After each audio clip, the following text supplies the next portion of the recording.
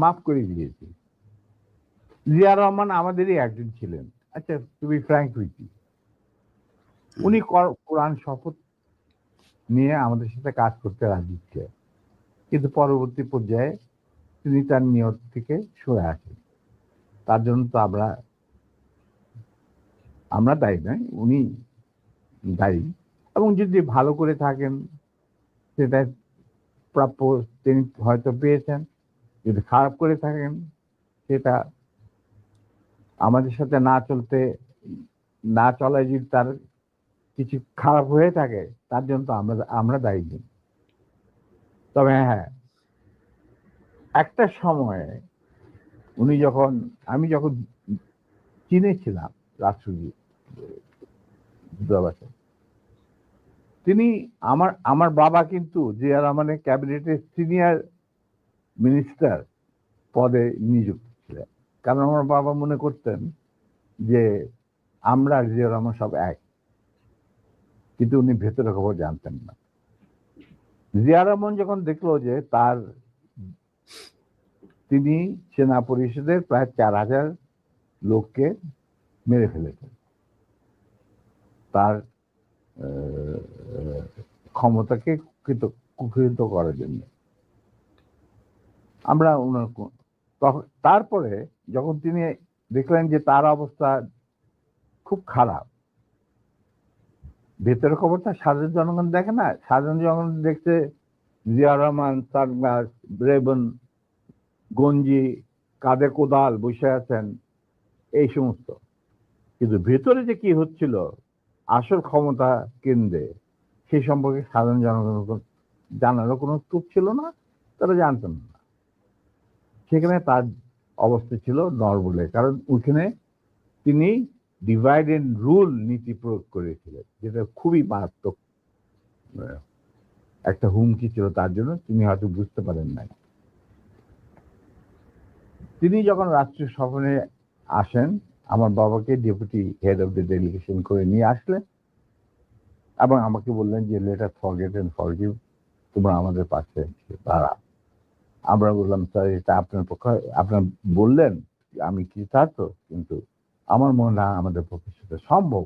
কারণ এর জন্য সম্ভব না, আপনি আমাদের সহকর্মীদের রক্তে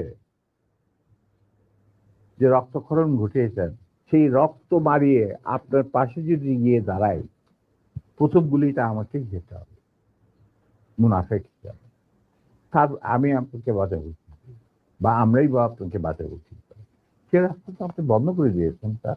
এটা কত সালে স্যার? এটা যে জিয়া রহমান কোন সালে গিয়েছিল মনে হয় 81, 76 না 77, সামথিং লাইক দ্যাট। ওই যে ওনার একটাই রাষ্ট্রীয় সভা ছিল চীনে, এটা তুমি দেখে নিতে পারো, আমার বইতে লেখা আছে সব। আচ্ছা 77 বলতে। এবং তার সাথে যে আমার কি ডায়ালগ হয়েছে 1 to 1, যেটা মধ্যে আর কেউ উপস্থিত ছিল না, পাশের ঘরে অবশ্য বেগম সাহেবা ছিলেন। আচ্ছা স্যার, আরেকটা জিনিস পরিষ্কার হয়েছে স্যার, আপনি কি একটা বলছিলেন যে কোরআন শপথ করা হয়েছিল, মানে কি হয়েছে? আমি বলি, শোনো, এই যে সেনা পরিষদ, আমরা যখন ভারতে যুদ্ধ করছিলাম, যখন আমরা বুঝতে পারলাম ভারতের গেম প্ল্যানটা, তাদের একটা সুদূর প্রসারী চক্রান্তমূলক একটা পরিকল্পনা রয়েছে, বাংলাদেশকে প্রথমে ক্লায়েন্ট স্টেট, তারপরে অঙ্গভূত করা, সিকিমের মতো। আর সেখানে লেন্দুদ্দোজি ছিলেন, আমাদের মুজিবুর রহমানকে বানানো হলো তাজউদ্দিন, আর পরে মুজিবুর রহমানকে বানানো হলো সেই লেন্দুদ্দোজি। এটা যখন আমরা বুঝতে পারলাম, তখন সমমনা কমান্ডার যারা পলিটিক্যালি কনসিয়াস ছিল ছাত্র জীবনে, ধরো পরবর্তী জীবনে, তখন আমরা বললাম যে আরে আমাদের তো আসল যে যুদ্ধ সেটা তো হবে স্বাধীনতার পর। ভারতের আগ্রাসী মনোভাব নিয়ে যখন বাংলাদেশকে গিলে খেতে চাবে, সেইটার বিরুদ্ধে আমাদেরকে লড়তে হবে। তার জন্য আমাদের প্রস্তুত থাকতে হবে, প্রস্তুতি এখনই গ্রহণ করতে হবে। তখন আমরা ওই মুক্তিযুদ্ধের আড়ালে আমরা সেনা পরিষদের বীজ বপন করি। তো তোমার মনে থাকার কথা, যদিও Zia Rahman declaration of independence দিয়েছিল, প্রথমে তিনি নিজেকেই অস্থায়ী সরকারের প্রধান হিসাবে দাবি করেছিলেন, মানে ভাষণে বলেছিলেন। পরে ইন্ডিয়ার চাপে উনি থেকে বদলিয়ে যে মুজিবুর রহমানের ইনস্ট্রাকশনে আমি এই ঘোষণা দিলাম স্বাধীনতা। এরপরেও কিন্তু তার প্রতি ইন্ডিয়ান সরকার বা আওয়ামী লীগ সরকার কখনোই আস্থা রাখতে পারে নাই। তারা তাকে সেক্টর কমান্ডারের অবস্থান থেকে সরিয়ে এনে হেডকোয়ার্টার ডাম্প করে এক সেফ হাউসে, মানে আমাদের কিছু সেফ হাউস ছিল যেখানে আমরা থাকতাম বা আমাদের সাথীরা সুরে আসতো কল্যাণীতে, মানে এই প্রভাব অফ ক্যালকাটা একটা বাড়িতে ওনাকে না নিষ্ক্রিয় করে রাখা হইল। তখন আই ওয়াজ দ্য ওনলি, কেউ জিয়া রহমানের আশেপাশে যায় না, কারণ উনি ভারতের চক্ষুষু, উনি আওয়ামী লীগের চক্ষুষু, তো কে যাবে ওনার সাথে দেখা করতে? তখন কিন্তু আমি, কারণ আমি জিয়া রহমানকে অনেক আগে থেকে চিনি, পাকিস্তান আমল থেকে চিনি, একসাথে কাজও করেছি। যাই হোক, আমি গিয়ে ওনার সাথে যোগাযোগ করি এবং তাকে বুঝাই যে স্যার আপনি ধৈর্য ধরুন, আমরা আপনাকে সহজে হারাবো না। তখন আস্তে আস্তে আমরা তাকে বলি যে আপনি এরকম আসল উদ্দেশ্য যে ভারতের, সেটাকে বানচাল করার জন্য এখন থেকে আমরা প্রস্তুতি নিচ্ছি। আপনি কি আমাদের সাথে থাকবেন কি থাকবেন না সেটা আমাদের তরফ থেকে আমাকে পাঠানো হয়েছে জানার জন্য, কারণ আমি আপনার কাছে সবচেয়ে ক্লোজ ছিলাম পাকিস্তান আর্মি, সবাই জানে। আচ্ছা, উনি বললেন কি তোমাদের কর্মসূচি? তখন আমি তাকে আমাদের কর্মসূচি দিলাম, যেটা 25 বছরের একটা কর্মসূচি ছিল ইলিয়া। তুমি যদি এই কর্মসূচিটা পড়ে,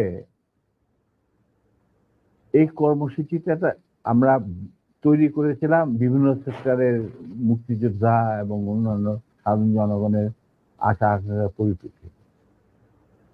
সেই কর্মসূচিটা পড়ার পর উনি এটাকে মেনে নেন।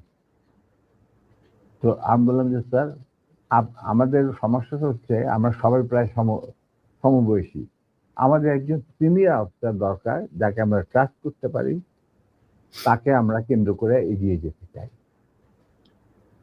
এই সেনা পরিষদের কর্মসূচি বাস্তবায়নের জন্য। স্বাধীনতার পর, স্বাধীনতা যুদ্ধ তো করবই, স্বাধীনতার পর এই কর্মসূচি আমরা বাস্তবায়ন করব অন্যান্য সমমনা দেশপ্রেমিকদের সঙ্গে নিয়ে। তখন উনি এটা খুব কেয়ারফুলি আমাদের কর্মসূচি পড়লেন। তারপরে আমি একদিন গেলাম, উনি বললেন যে আমি পড়লাম, আমি সম্পূর্ণভাবে একমত, স্বাধীন বাংলাদেশকে একটা সুখী সমৃদ্ধ আত্মনির্ভরশীল এবং আমাদের সংস্কৃতির ভিত্তিতে নতুন বাংলাদেশ গঠন করার জন্য এর চেয়ে ভালো কোনো রকম কর্মসূচি হতে পারে না। আমরা ধাপে ধাপে এটাকে কার্যকারী করব। তখন আমি বললাম তাহলে কি আপনি আমাদের সাথে কাজ করতে রাজি আছেন? আমরা আপনাকেই আগে রেখে আমরা কাজ করতে চাই, কারণ you are the senior most এবং আপনি একজন সৎ ব্যক্তি। উনি সৎ ছিলেন ব্যক্তিগতভাবে। আর তবে আপনার সমস্যা হচ্ছে আপনি বাংলা জানেনও না, বাংলা বলতে পারেন না, লিখতে পারেন না, আপনি সারা জীবন পাকিস্তানে বড় হয়েছেন, ওখান থেকে আর্মি দিতে পারেন। দ্যাটস নট এ প্রবলেম, আমরা রয়েছি আপনার গ্রাউন্ড ওয়ার্ক করার। আপনি যদি রাজি থাকেন তাহলে আমরা একসাথে কাজ করতে, আপনাকে সামনে রেখে আমরা কাজ করতে রাজি, এগিয়ে যাব, সেনা পরিষদ এগিয়ে যাবে কাজ। তখন বললেন যে আমি রাজি। তখন বললেন যে স্যার আমাদের সাংগঠনিক বিধান অনুযায়ী আপনাকে একটা কোরআন শপথ দিতে হবে, যে কোরআন ধরে আপনি বলবেন যে আমি এই কর্মসূচি ভিত্তিক কর্মকাণ্ড, সেনা পরিষদের কর্মকাণ্ড পরিচালনা করার জন্য শীর্ষ নেতা হিসেবে যোগ দিতে রাজি আছে। উনি উজু করে আসলেন, কোরআন শরীফ রাখা হলো, তার উপর হাত রাখলেন, আমিও ওর হাতের উপর হাত রাখলাম, তারপরে শপথ নিলেন। তবে একটা শর্ত থাকতো ওনার তরফ, যে যতদিন পর্যন্ত রাষ্ট্রীয় ক্ষমতায় আমরা না যেতে পারবো, ততদিন পর্যন্ত সেনা পরিষদের সাথে আমার যে কোনো সম্পর্ক আছে সেটা প্রকাশিত করা যাবে না। আমরা হলাম ইতিহাসবিদ, আমরা সবাই পরামর্শের মাধ্যমে হলাম ইতিহাসবিদ।